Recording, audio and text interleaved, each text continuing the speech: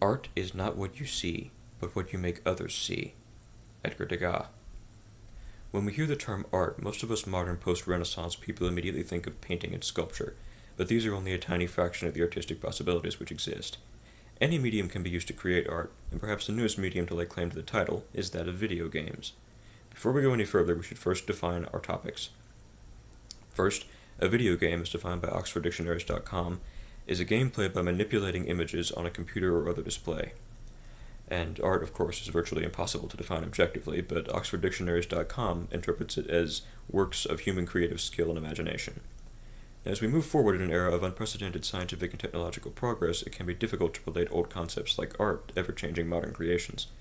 However, if we are to progress at all, we must remain both open to new ideas and flexible in our understanding of the old. There are three main points that I wish to emphasize: that games possess the technical skill and creativity of artists, that games can have the emotional impact traditionally ascribed only to works of art, and that since games possess all of the attributes traditionally associated with art, we must logically conclude that they can be an art form. Firstly, as we shall see, producing games requires a great deal of talent. A game is the product of many long hours of painstaking labor. Gone are the days when video games consisted of a few simple pixelated images, crude mechanics, and difficult controllers that gave a generation of kids carpal tunnel syndrome. As demonstrated in an article from The Economist, today's games are often multi-million-dollar projects, rivaling movies in scope and production value. Consider these recent examples. Star Wars The Old Republic reportedly cost between $150 and $200 million to make. Grand Theft Auto 5 outdid that mind-boggling budget with an estimated price tag of $265 million. But all that is peanuts compared with Destiny, which released as the first in the franchise, which has reportedly already cost $500 million. With budgets larger than the GDP of a small country, it's fairly obvious that games have come a long way from the days of small teams of developers working out of a garage in their spare time. Of course, massive expense does not an art form make, but the skyrocketing production costs are an indicator of the fast evolution of games, from a simplistic hobby to a legitimate art form. Rather than the nameless, amorphous blobs which populated early games, modern games often feature realistic, compelling characters with relatable struggles. In order to bring these characters and their environments to life, developers must spend, quite literally, years of painstaking labor obsessing over every detail, crafting the vast majority of the game world by hand. Incidentally, we already refer to these people as artists. In addition, big-budget titles often hire famous actors to provide the voices and emotions of their characters, in part because of the actors' artistic talent and credibility. Modern games are actually more intense productions than movies, and they make use of many of the same artistic concepts. So if movies can be considered art, we have to apply the same standard to video games. But perhaps the most important point to consider is something that games share with movies and television: their ability to serve as narrative vehicles. Just as movies achieved recognition as an art form primarily due to the complex and moving stories they can tell, so games are being recognized for the same quality. Many games feature genuinely moving stories. Games Radar compiled a list of some of the best. Rockstar Games' Red Dead Redemption is generally considered one of the greatest games ever made, and also the only good Western game ever made. It weaves a compelling tale of greed, corruption, and betrayal set amidst the death of the Old West, in which the player symbolically participates. Developer Naughty Dog's masterpiece, The Last of Us, is widely considered one of the greatest fictional tales in generations, in any medium. Amid the familiar motif of the zombie apocalypse, players must navigate difficult moral choices, leading to a conclusion that is surprising, shocking, and incredibly controversial. There are no easy answers.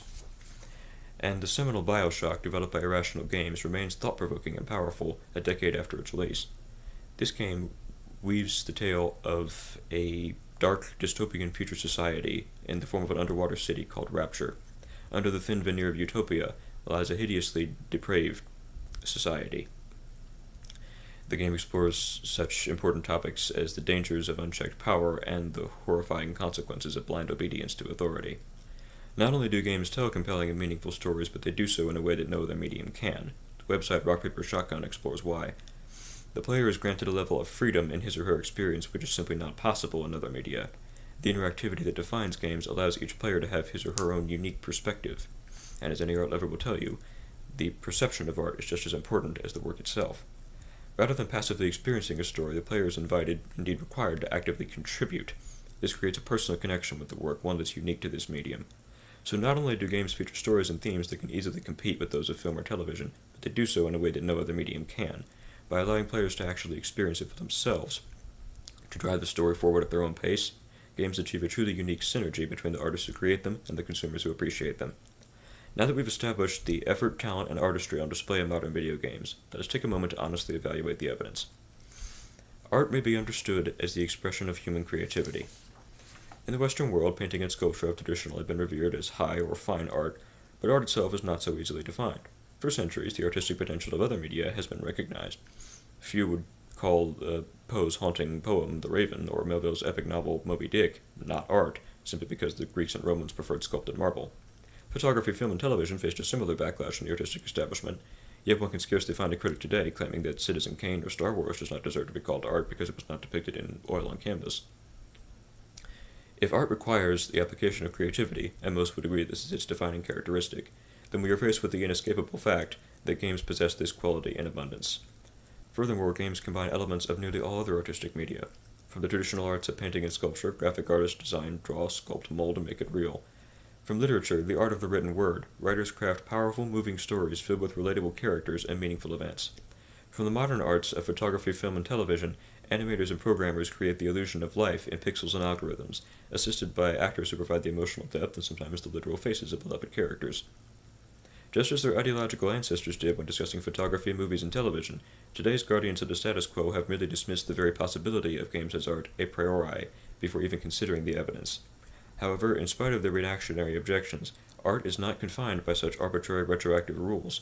By its very nature, art is flexible, indefinable, and thoroughly abstract. So can video games be considered art? If we grant this new medium a fair and unbiased examination, what should be our conclusion? As we have seen, video games possess all of the qualities associated with art: creativity, skill, hard work, and emotional power. Not only that, but games provide a medium which is uniquely capable of combining these concepts in order to create something truly new, potentially thought-provoking, and genuinely moving.